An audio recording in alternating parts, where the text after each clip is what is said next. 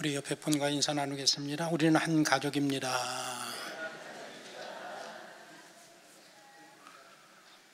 2층에 유아부 친구들 안녕하세요. 아주 점잖게 앉아서 지금 경청하고 있습니다. 지난주 중앙일보에 조선가족실록이라는 그런 제목으로 연재하는 난이 있는데 황사영 백서 사건이라는 사건을 연재를 했습니다. 황사영이라는 사람은 일찍이 이제 예수를 잘 믿었던 조선시대 그런 사람인데 천주교 박해가 일어나면서 제천으로 도망가서 숨어 있다가 이 조선 정부가 잘못하는 모든 것, 그 종교를 핍박하는 것을 이제 고발하는 내용을 교황청에 보내는 편지를 썼다가 발각이 되고 체포가 되어서 바로 능지처사, 사지를 찢어 죽이는 그런 벌을 받아서 죽고 맙니다.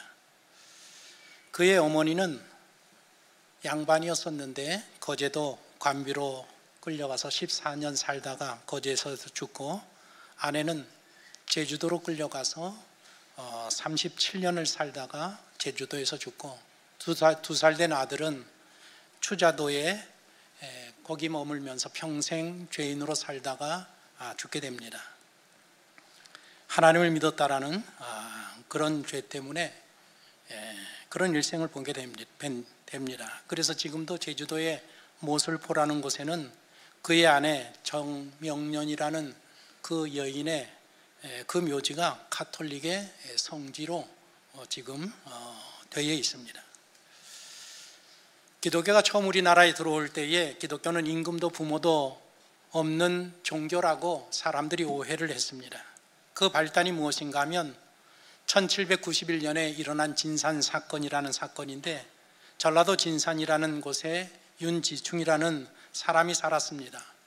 정약용과 고종 사촌이었었는데, 우리나라 기독교의 근본이 어디서부터 시작이 되는가 하면 정약용 가정이 예수를 믿으면서 우리나라가 이렇게 복음의 나라가 됩니다. 역사적으로 보면.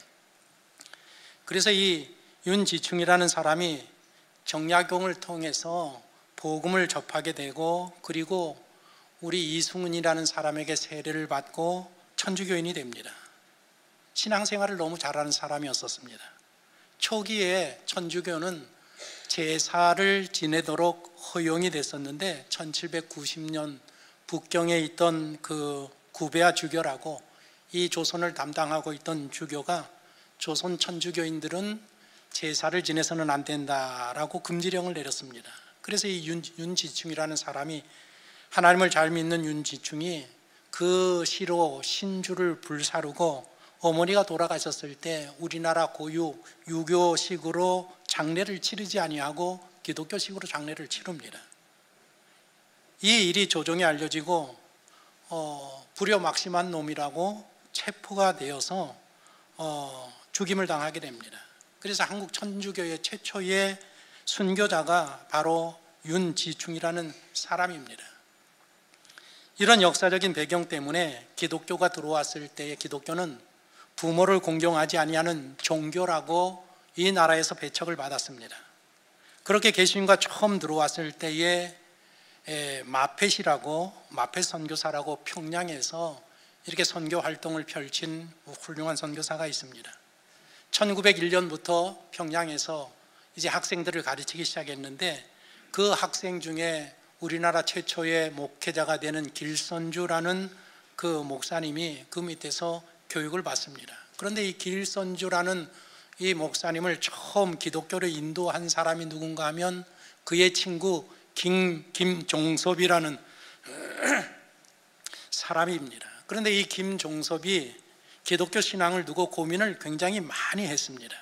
그래서 어느 날 술을 한 잔 먹고 자기의 친구 정익노라는 친구를 데리고 선교사 마페를 찾아갑니다. 찾아가서 뭐라고 하는가 하면 부모를 공경하는 것이 옳은 일입니까?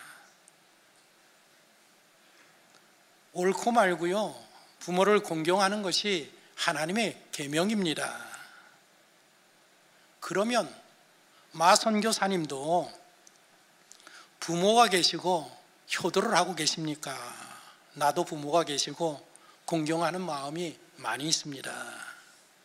그러면 어찌 선교사님은 지금 부모를 버리고 만리타국에 와서 이런 일을 하고 있으니 이것이 어찌 효도라고 할 수 있겠습니까?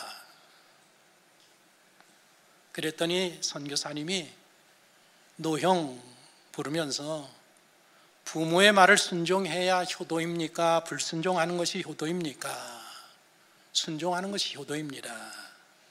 그런데 우리 부모님이 날더러 조선에 가서 예수교를 전하라고 했습니다. 이 말을 듣고 김종섭이라는 사람이 기독교에도 이 효성이 지극하고 이 효도를 강조하는구나 라는 것을 깨달으면서 이 사람이 더욱더 신앙에 열심을 내게 되었다라는 그런 이야기가 있습니다. 10계명의 5번째 계명은 내 부모를 공경하라는 계명입니다. 내 부모를 공경하라는 말은 한마디로 자식의 도리를 다하라는 그런 명령입니다. 여러분들 자식의 도리가 무엇입니까? 공경한다라는 히브리어는 카메드라고 하는데 중히 무겁게 여기라는 그런 뜻이 담겨져 있는 단어입니다. 아버지와 어머니를 가볍게 보지 말고 무겁게 중하게 보아야 한다라는 그런 말이 공경한다라는 말입니다. 잠언서에서도 너를 낳은 아비에게 청종하고 내 늙은 어미를 경히 여기지 말지니라 하고 있습니다. 우리가 사람을 가볍게 볼 때에 그 사람이 하는 말을 귀담아 듣지 않습니다.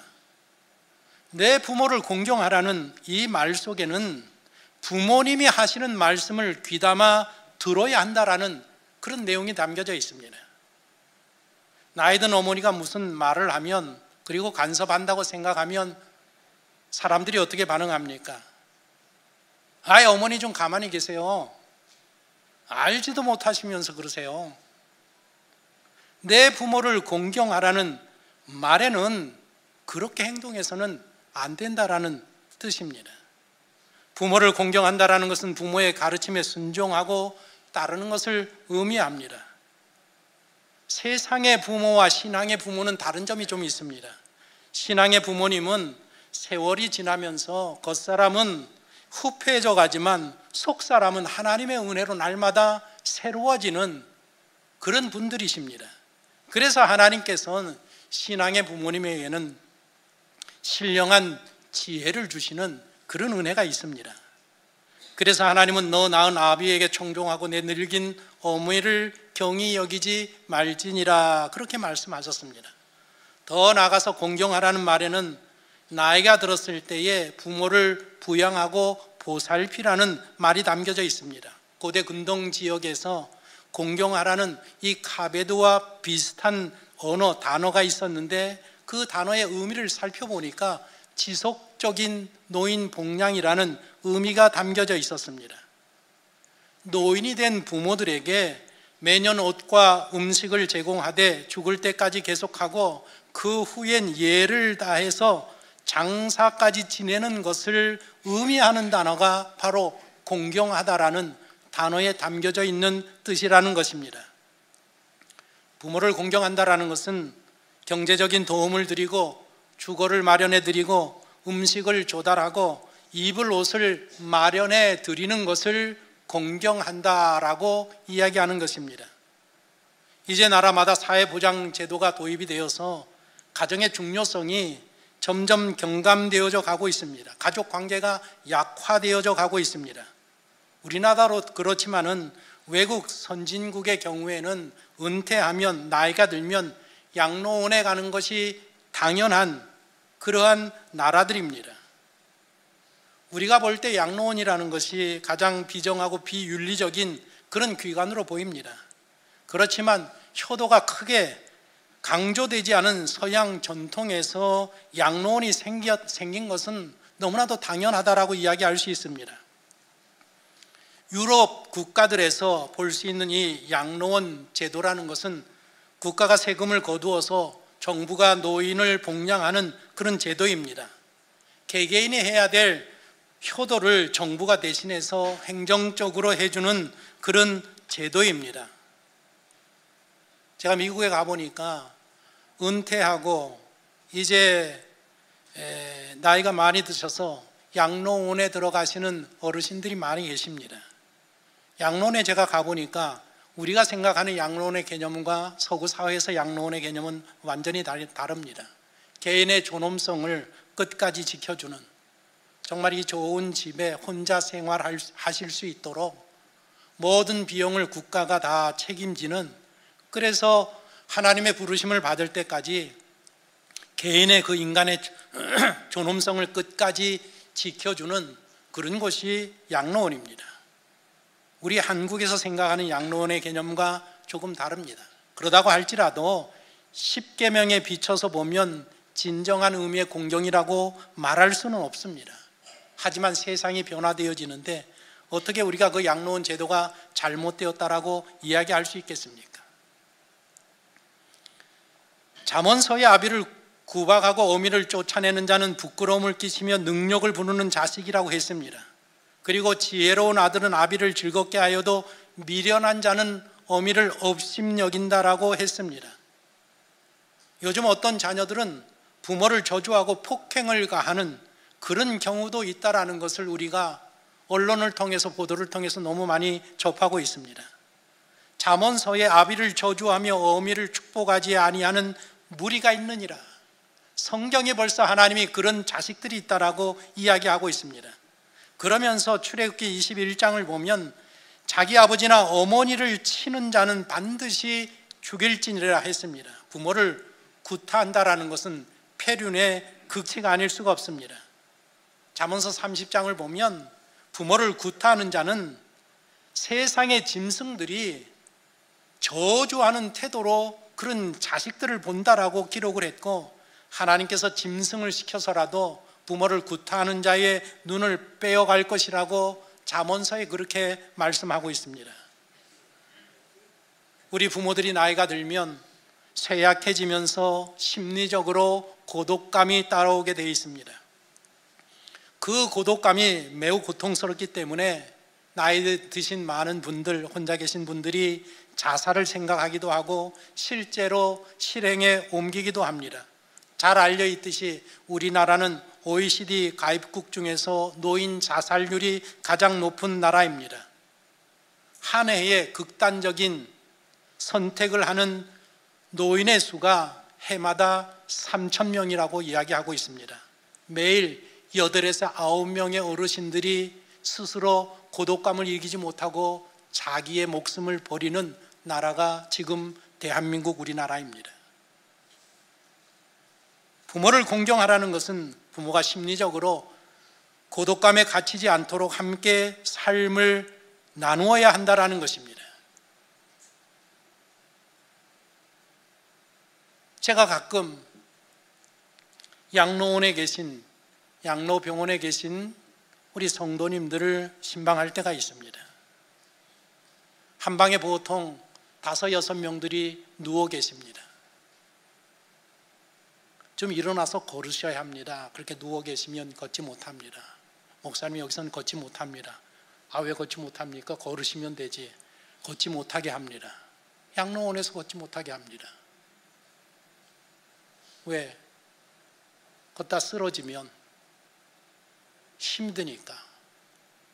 양로원에 가면 아, 이분들은 이곳에 살러 들어온 게 아니라 죽으러 들어왔구나. 평균 양로병원, 양로원에 들어가신 분들은 평균 3년 사시다가 소천하신다고 이야기합니다. 어떻게 아들은 전화가 좀 옵니까? 딸은 좀 찾아옵니까? 처음에 갔을 때는 찾아옵니다. 전화 자주 하고 매일 옵니다. 1년쯤 지나서 찾아가면 어떻게 아들 찾아오고 딸들이 찾아옵니까? 전화 좀 옵니까? 말씀을 하지 않습니다. 찾아오지 않습니다. 찾아오기는커녕 전화 한 통 하지도 않습니다. 내 부모를 공경하라, 너무나도 당연한 계명입니다. 자식이라면 당연히 부모를 공경해야 합니다. 그런데 하나님은 이 당연한 계명에 상품을 내걸고 계십니다. 보십시오. 내 부모를 공경하라. 같이 읽어보십시다. 내 부모를 공경하라. 그리하면 내 하나님 여호와가 내게 준 땅에서 내 생명이 길리라. 당연한 일에 하나님은 땅을 걸고 장수의 상품까지 걸고 계십니다. 이유가 무엇입니까? 그만큼 중요한 계명이라는 의미가 담겨져 있지만 어떻게 보면 하나님께서는 이미 자식들을 너무 잘 알고 있기 때문에 상품을 내걸고 계십니다. 자식은 도둑놈들이라는 이야기가 있습니다.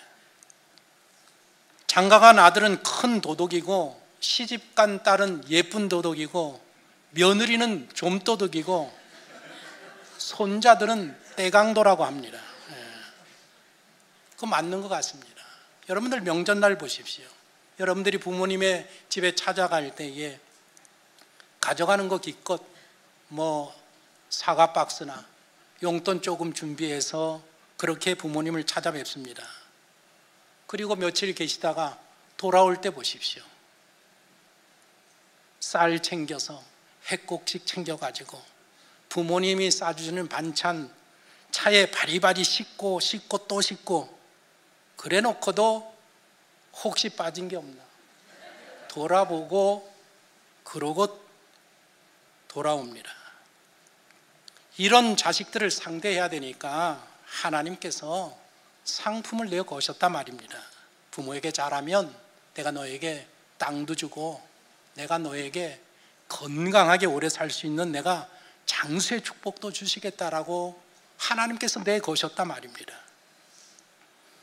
그러면 부모가 자식에게 순종과 공경을 요구할 수 있는 이유가 무엇입니까? 첫 번째로 자녀를 낳고 길러주셨기 때문입니다. 그리고 두 번째로는 하나님께서 자녀를 가르치고 양육하는 직분을 하나님이 허락하셨기 때문에 그렇습니다. 마틴 루터는 부모는 세상에서 하나님의 대리자라는 말을 했습니다. 하나님께서 우리 부모를 자녀들의 하나님의 대리자로 세웠기 때문에 그렇습니다.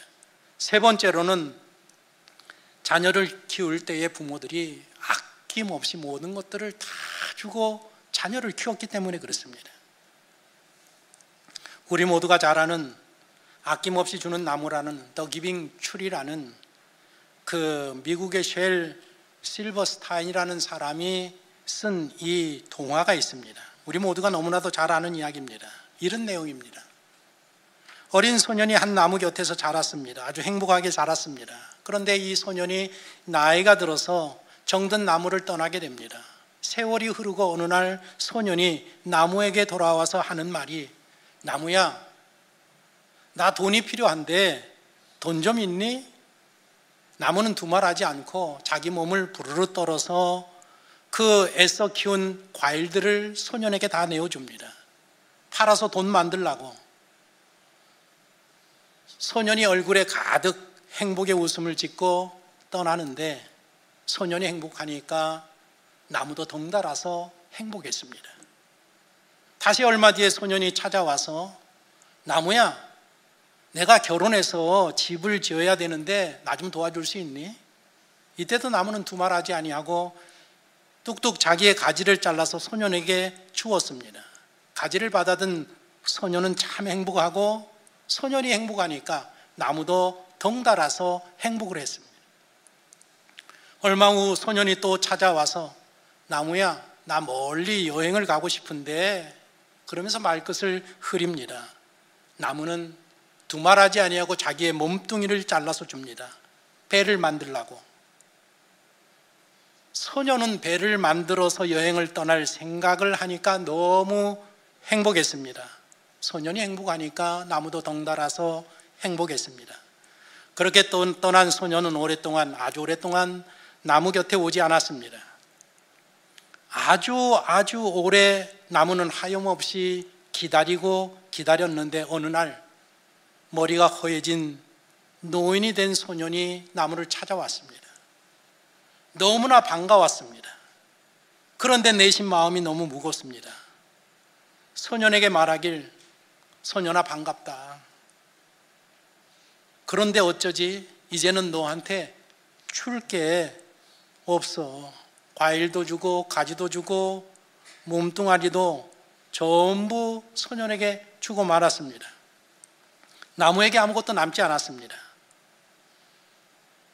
더 줄 게 없어서 난처해하는 이 나무를 향해서 소년이 말합니다.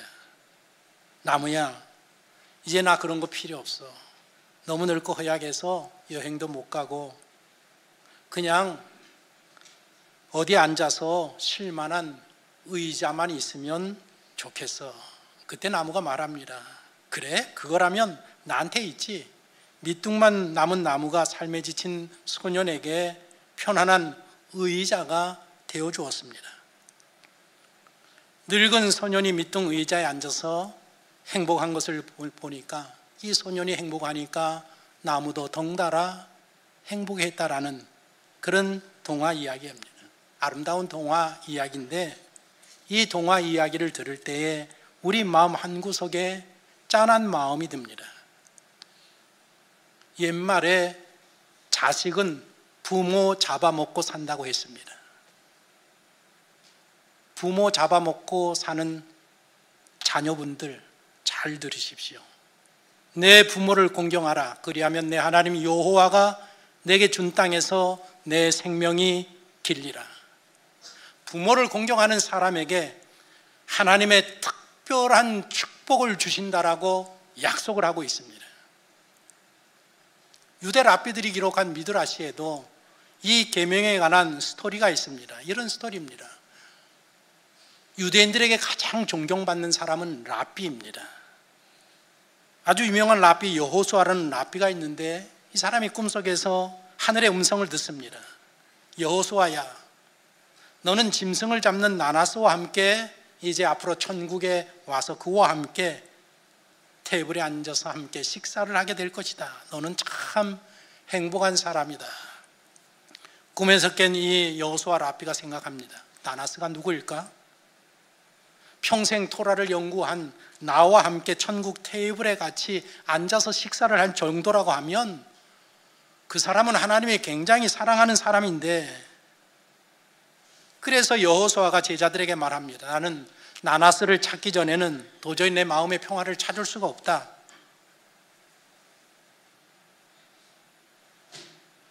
그는 천국에서 나와 함께 있을 사람이다. 그리고 나는 하나님이 내게 꿈속에서 하신 말씀을 내가 잊어버릴 수가 없다. 그러니 나는 나나스를 찾으러 가야겠다. 그 이야기를 듣고 제자들이 같이 가겠다고 나섭니다. 그래서 이 여호수아와 제자들이 매일 이 마을 저 마을 다니면서 여기 나나스라는 사람이 있습니까?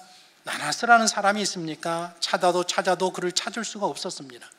오랫동안 찾다가 제자들이 어느 마을에 가서 여기 이 마을에 혹시 나나스라는 사람이 있습니까? 그랬더니 나나스라는 사람 우리 동네에 있습니다. 드디어 찾습니다. 찾아서 선생님에게 나나스를 찾았습니다. 빨리 찾아와라. 빨리 데리고 와라. 제자들이 가서 이 나나스에게 유명한 랍비 여호수아가 당신을 찾습니다. 그랬더니 나나스가 저는 배우지 못한 무식한 사람입니다. 우리나라에 그렇게 유명하고 훌륭하신 랍비가 저를 찾을 리가 없습니다. 내게 농담하지 마십시오. 그리고 안 갑니다. 여호수아가 어떻게 하든지 데려오라고 해서 급기야는 끌려오다시피 그 여호수아 앞에 나나스가 와서 무릎을 꿇고 있습니다. 당신같이 신분이 고귀하신 분이 어떻게 저같이 미천한 사람을 찾으십니까? 왜 저를 찾으십니까? 너 매일 하고 있는 일이 무슨 일인지 내게 이야기해라. 내게 특별한 사연이 있어서 그러니 너의 일과를 나에게 이야기해라. 나는 짐승을 잡는 백정입니다. 매일매일 짐승을 잡는 그런 일밖에 하지 않습니다. 그런데 저에게는 몸을 움직일 수 없는 아버지와 어머니가 계십니다. 그래서 나는 일하러 가기 전에 매일 아버지와 어머니의 몸을 씻겨드리고 옷을 입혀드리고 잡수실 것을 챙겨드린 후에 일하러 가는 것이 제 일상입니다. 그때 여호수아가 벌떡 일어나서 그의 이마에 입을 맞추면서 그랬다라는 겁니다. 그래, 바로 이것이구나. 내가 부모에게 효도를 하기 때문에 하나님이 너를 내 옆에 앉히셨구나. 야, 이제 천국에서 같이 살자. 함께 하나님이 주시는 복을 영원히 누리자. 내가 너 같은 효자를 내 옆에 두고 천국에서 살 생각을 하니까 내가 얼마나 기쁜지 모르겠다. 유대 랍비 기록한 미드라시에 나오는 이야기입니다. 여러분들 인간 관계 속에서 최우선적인 것이 자신에게 생명을 주신 부모님과의 관계입니다. 부모를 제대로 공경하지 못하면 하나님 공경하는 그것은 불가능합니다. 부모를 바로 섬기지 못하면 이웃을 섬긴다고 해도 그것은 다 위선적인 행위에 불과합니다. 부모를 공경하는 것이 인간 상호 간에 지켜야 할 윤리 가운데 최고의 윤리가 부모를 공경하는 것입니다. 내 부모를 공경하고 사랑해야 될 의무가 우리 모든 자녀들에게 있습니다. 그런데 여기 한계가 있습니다. 그 한계를 에베소와 골로새서에서 이야기하고 있는데 보십시오. 자녀들아, 주 안에서 너희 부모에게 순종하라. 이것이 옳으니라. 자녀들아, 모든 일에 부모에게 순종하라. 이는 주 안에서 기쁘게 하는 것이니라. 주 안에서 순종하라고 했습니다. 하나님의 뜻과 진리가 허용하는 범위 안에서 부모에게 순종하라는 뜻입니다.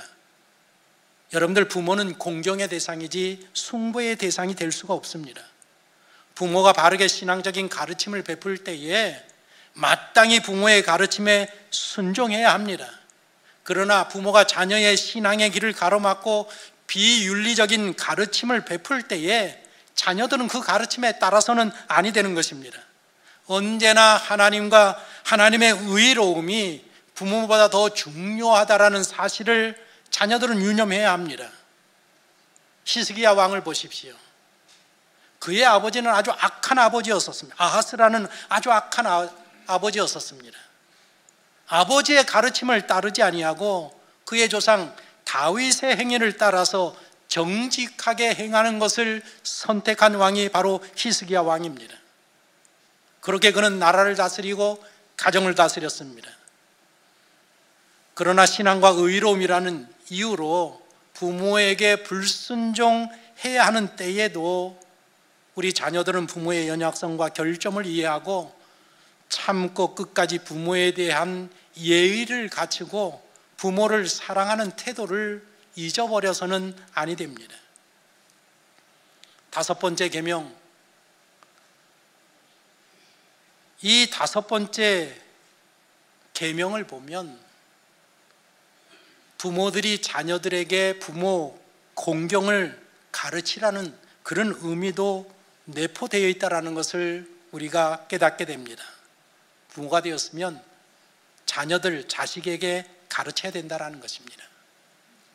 영어만 가르치지 말고 수학만 가르치지 말고 부모를 공경하는 마음, 사회 질서를 지키는 마음, 예절을 지키는 그런 태도, 이런 것들을 지켜야 된다는 것입니다. 어제 마침 설교를 다 끝내고 제가 책을 보는데 심리 상담에 대한 쭉 내용이었었는데 거기서 아이들은 3살 때 가장 악하다, 사람은 3살 때 가장 악하다라는 것입니다. 그냥 아이들을 갖다가 물고 뜯고 남의 것을 빼앗고 그때 교육을 잘 시키지 아니하면 안 된다. 그리고 5살이 되면 이미 사회성을 5살에 익히게 된다. 아이들이 어디 가서 공공장소에 가서 떼를 쓰고 울고 불고 하면 그것을 그냥 놔두면 그는 그런 아이가 된다. 그런 어른이 돼서 그렇게 된다. 당신의 자녀이기 때문에, 당신의 귀한 자식이기 때문에 그렇게 넘어가지만 사회에서는 그 사람을 용납하지 않는다. 그 자녀가 나이 들어서 사회에 나갔을 때는 그 누구도 그를 인정하지 아니하고 가까이 하지 아니하는 그런 존재가 된다. 그러면서 자녀 교육에 대한 중요성을 인지심리학자가 이야기하는 것을 어제 제가 읽었습니다. 저도 모르는 것을 너무 많이 배웠습니다. 이미 5살이 되면 배울 것을 다 배운다라는 것입니다. 요즘 애 하나이기 때문에 얼마나 귀한지 모릅니다. 내 자녀밖에 보이지 않습니다. 그래서 이 자녀가 잘못해도 훈계하고 교육하고 가르치는 일들이 없습니다. 교회 와서 막 떠들고 다녀도, 로비에서 막 달리고 볼을 차도 그 어떤 부모도 가르치고 교육하는 모습을 찾아보기 어렵습니다. 그러면 그 자식이 커서 부모를 공경하느냐? 여러분들 요양원에 갖다 놓고 전화 한 통도 안 하는 그런 자녀가 되고 마는 것입니다. 세상에 잘 되려면 5번째 계명을 기억하십시오. 내 부모를 공경하라. 자식의 도리를 다 하십시오. 별로 어렵지 않습니다. 쉬운 것부터 시작하십시오. 오늘 예배 마치고 집에 돌아가셔서 주머니에서 핸드폰을 꺼내서 부모님에게 전화 한 통 하십시오. 지난주 어떻게 별일 없으셨습니까? 어머니, 어떻게 아버님 별일 없으셨습니까? 전화 한 통 하십시오. 그리고 이 해가 지나가기 전에 식사 대접 한번 하십시오. 식사 대접. 친구들하고, 좋아하는 사람하고 하지 말고 전화 한 통화해서 부모님에게 식사 대접 한번 하는 거에서부터 부모 공경이 출발하고 시작되는 것입니다. 따라합시다. 내 부모를 공경하라. 다시 한번, 내 부모를 공경하라.